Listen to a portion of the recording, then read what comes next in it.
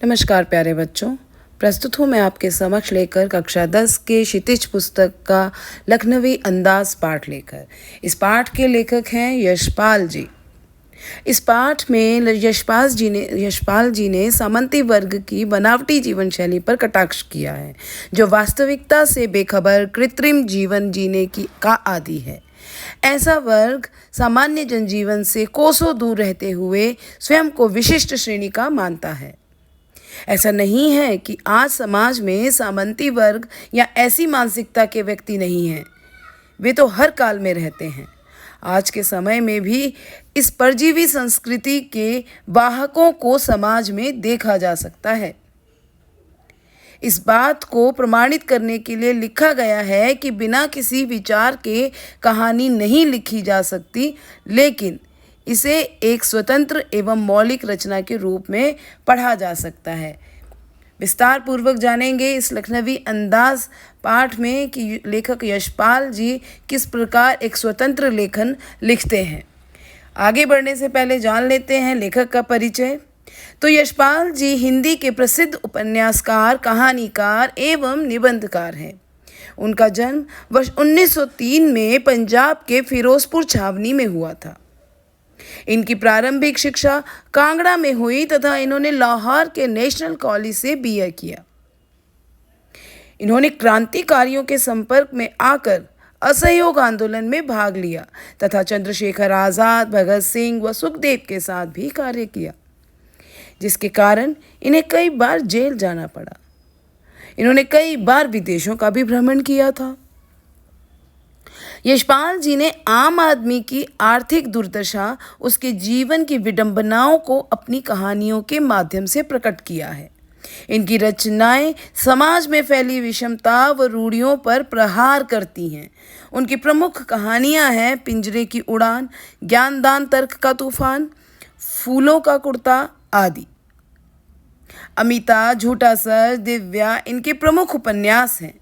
सिंहावलोकन उनकी प्रमुख आत्मकथा है। उनका झूठ सच उपन्यास भारत के विभाजन की त्रासदी का मार्मिक दस्तावेज है। मेरी तेरी उसकी बात उपन्यास पर यशपाल को वर्ष 1976 में साहित्य अकादमी पुरस्कार मिला था। यशपाल जी अपनी रचनाओं में सहज, सरल और आम बोलचाल की भाषा का प्रयोग करते हैं, जिसके कारण उनकी शैली वर्णनात्मक व चित्रात्मक है। इनकी मृत्यु 1976 में हो गई थी। तो अब जानते हैं हम किस प्रकार पाठ की शुरुआत होती है। हमारे जो लेखक हैं ये सेकंड क्लास का टिकट लेते हैं ट्रेन में यात्रा करने के लिए। सेकंड क्लास का टिकट क्यों लेते हैं? उन्हें बहुत दूर नहीं जाना था, लेकिन उसके बाद भी ट्रेन में, रेलगाड़ी में जाने के लिए वो सेकंड क्लास का टिकट लेते हैं। उसके पीछे क्या उद्देश्य था? लेखक नई कहानी लिखने व उस विषय के बारे में सोचने के लिए एकांत चाहता था, इसलिए उसने सेकंड क्लास का टिकट ले लिया।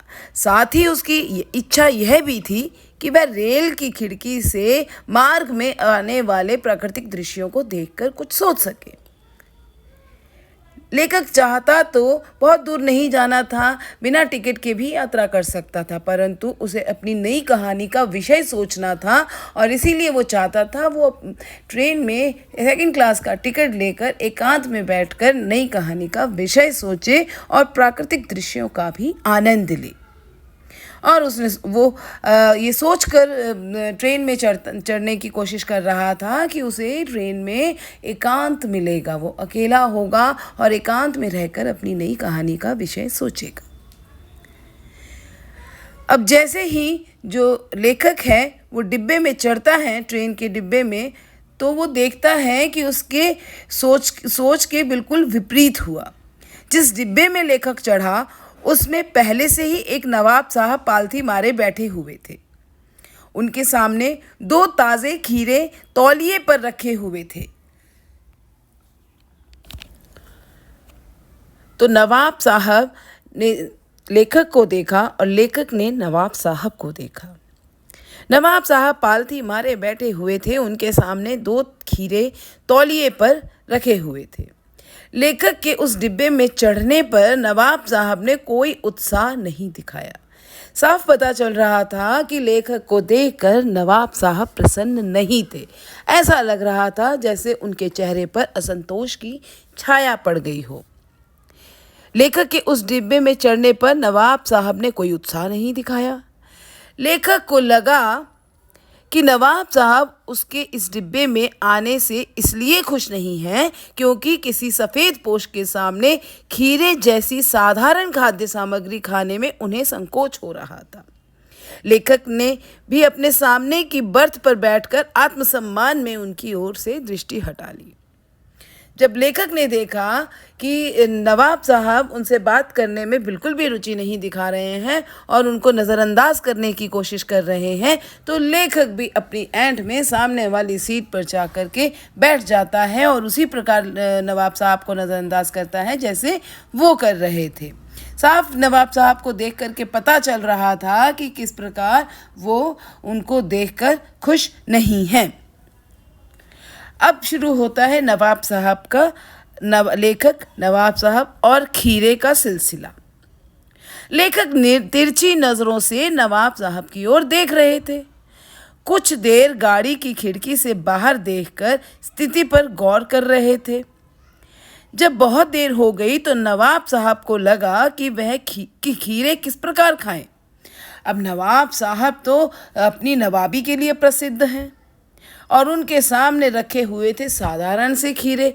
अब उनके लिए बड़ी दुविधा की बात हो गई कि किस प्रकार लजीज खीरे को एक साधारण आदमी के सामने खाएं। अब वे सोच रहे थे कि खीरे जैसी साधारण चीज़ को वो इस प्रकार खाएंगे तो लेखक को लगेगा कि कहने को तो नवाब हैं लेकिन साधारण सी खीरे जैसी चीज़ खाने का शौक़ रखते हैं। यही उलझन जो थी नवाब साहब के मस्तिष्क में चल रही थी। जब बहुत देर हो गई तो नवाब साहब को लगा कि वह खीरे किस प्रकार खाएं। अब उन्होंने लेखक को खीरा खाने का निमंत्रण दिया। उन्होंने लेखक से भी खीरे के लिए पूछा। अचानक नवाब साहब का भाव परिवर्तन लेखक को अच्छा नहीं लगा, अतः जिसे लेखक ने धन्यवाद कहकर मना कर दिया। अभी तक तो नवाब साहब लेखक की तरफ देख तक नहीं रहे थे। जब बहुत देर हो गई एक दूसरे से आंखें चुराते हुए, तब नवाब साहब ने, क्योंकि अब तो यात्रा साथ करनी थी, तब नवाब साहब ने लेखक से खीरे के लिए पूछा। लेकिन लेखक को अच्छा नहीं लगा कि अभी तक तो ये हमें नज़रअंदाज कर रहे थे, अब अचानक से खीरे के लिए पूछ रहे हैं, और लेखक ने भी अपना आत्मसम्मान रखते हुए खीरे के लिए मना कर दिया। लेखक द्वारा खीरा खाने के लिए मना करने पर नवाब साहब ने खीरों के नीचे रखे हुए तौलियों को झाड़ कर सामने बिछाया। सीट के नीचे से लोटा उठाकर दोनों खीरों को खिड़की से बाहर धोया और तौलिए से पोंछ लिया। किस तरह से नवाब साहब तैयारी कर रहे हैं एक बार फिर देखते हैं। लेखक द्वारा खीरा खाने के लिए मना करने पर नवाब साहब ने सबसे पहले खीरों के नीचे जो तौलिया रखा था उसको निकालकर उसे झाड़कर सामने बिछाया। फिर सीट के नीचे से पानी का लोटा उठाकर दोनों खीरों को खिड़की के बाहर धो लिया और तौलिए से पोंछ लिया। इसके बाद जेब से चाकू निकालकर दोनों खीरों के सिर काटे, उन्हें घिसकर उनका झाग निकाला और बहुत सावधानी से छीलकर खीरों की फांकों को करीने यानी तरीके से तौलिए पर सजा दिया। नवाब साहब ने खीरों को तौलिए के ऊपर बहुत सुंदर तरीके से फांके काट कर उस पर सजा दिया। अब उसके बाद उन्होंने उन फांकों पर जीरा मिला नमक और लाल मिर्च की सुर्खी बुरक दी। यह सब देखकर लेखक एवं नवाब साहब दोनों के ही मुंह में पानी आ रहा था। अब आगे बढ़ते हुए नवाब साहब खीरे खाने के लिए तैयार थे। यह सब करने के बाद नवाब साहब ने एक बार फिर से लेखक को खीरा खाने का निमंत्रण दिया। खीरा खाने की इच्छा होते हुए भी, क्योंकि जिस प्रकार खीरे की तैयारी की गई थी उसके ऊपर मसाला बुरका गया था, देखते ही मुंह में पानी तो आ रहा था, तो लेखक के मुंह में भी पानी आ रहा था। परंतु पहले तो मना कर चुके थे तो दोबारा कैसे हाँ कहते। तो लेखक ने नवाब साहब को यह कहकर खीरा खाने से मना कर दिया कि उनका मैदा कमज़ोर है। मैदा यानी पेट, क्योंकि खीरा भारी होता है और अगर पेट की परेशानी हो तो खीरा खाने से वो परेशानी और अधिक बढ़ जाती है। इसीलिए यह कहकर लेखक ने खीरा खाने से मना कर दिया।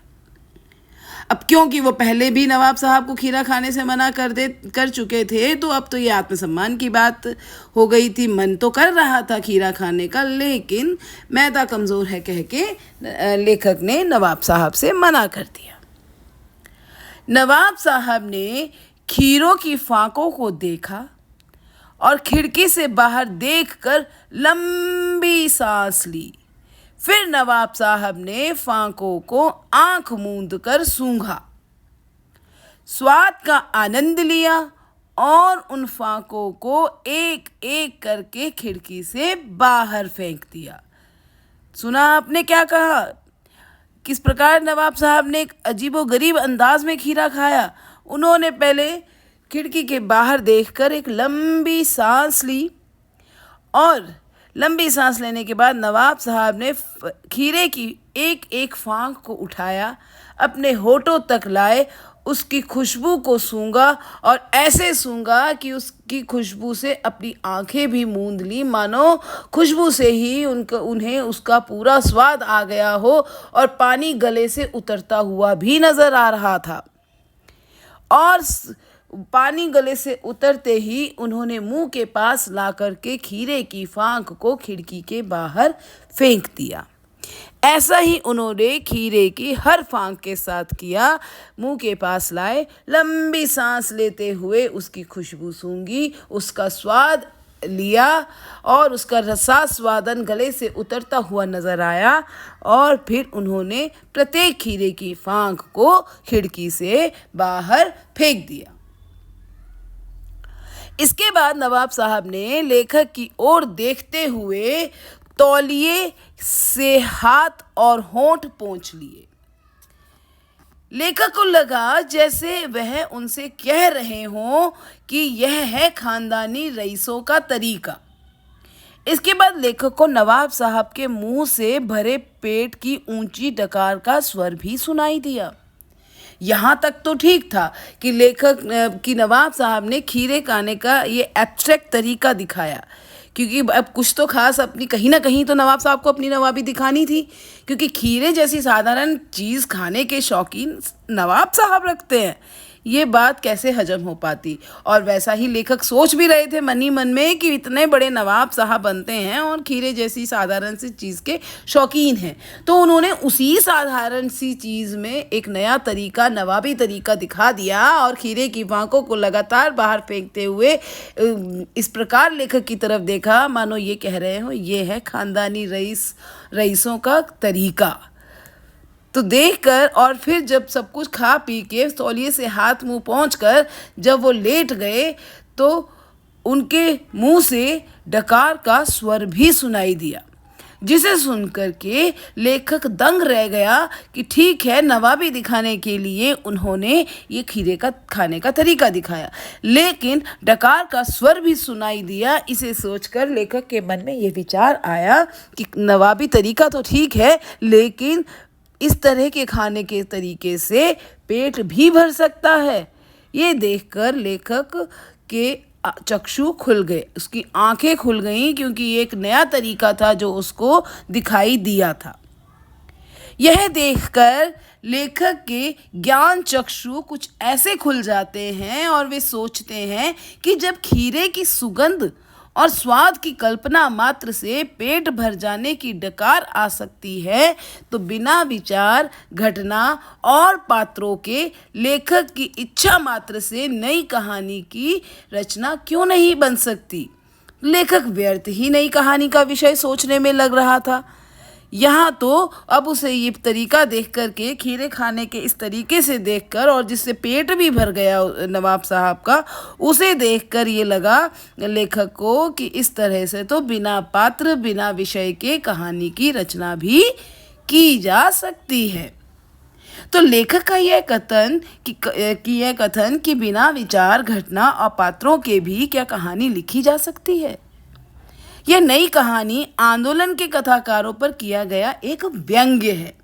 वास्तव में कोई भी कहानी बिना पात्रों के और बिना विषय के नहीं लिखी जा सकती। इस व्यंग्य के माध्यम से यह स्पष्ट करना चाहते हैं लेखक कि कोई भी कहानी विचार, घटना व पात्रों के अभाव में उसी प्रकार नहीं लिखी जा सकती जिस प्रकार खाद्य सामग्री को खाए बिना उसका रसास्वादन नहीं किया जा सकता। केवल खाने का अभिनय किया जा सकता है। विचार कहानी लेखन के लिए लेखक को प्रेरित करते हैं। घटना वस्तु को आगे बढ़ाने का कार्य करती है और पात्र कहानी में प्राणों का संचार करते हैं। यह कहानी के आवश्यक तत्व हैं। इनके बिना लिखी गई रचना को एक स्वतंत्र रचना कहा जा सकता है, लेकिन कहानी नहीं। अतः हम उनके विचार से सहमत हैं। केवल स्वतंत्र रचना कही जा सकती है जहाँ पात्र और विषय ना हो। किसी कहानी की रचना करने के लिए पात्र और विषय का होना अत्यंत आवश्यक है। जो यहाँ पाठ के अंत में लेखक ने कहा है कि अगर बिना खाए पेट भर सकता है तो बिना विचार, घटना और पात्रों के कहानी की रचना भी की जा सकती है, परंतु ये वाक्य लेखक ने व्यंग्य रूप में कहा है। वास्तविकता में यह संभव नहीं है। बिना पात्र और बिना विषय की गई रचना को स्वतंत्र रचना जरूर कहा जा सकता है, परंतु कहानी नहीं कहा जा सकता।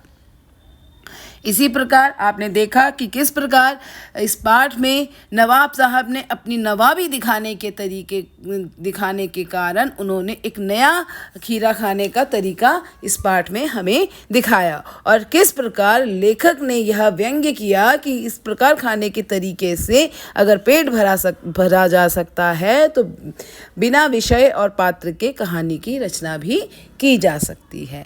तो ये था लखनवी अंदाज पाठ। आशा करती हूँ आपको समझ में आया होगा। अगर कोई भी पाठ की पंक्ति या कोई भी भाग जो है आपको नहीं समझ में आया है तो आप कमेंट बॉक्स में पूछ सकते हैं। मैं आपके प्रश्नों के उत्तर अवश्य दूंगी। धन्यवाद।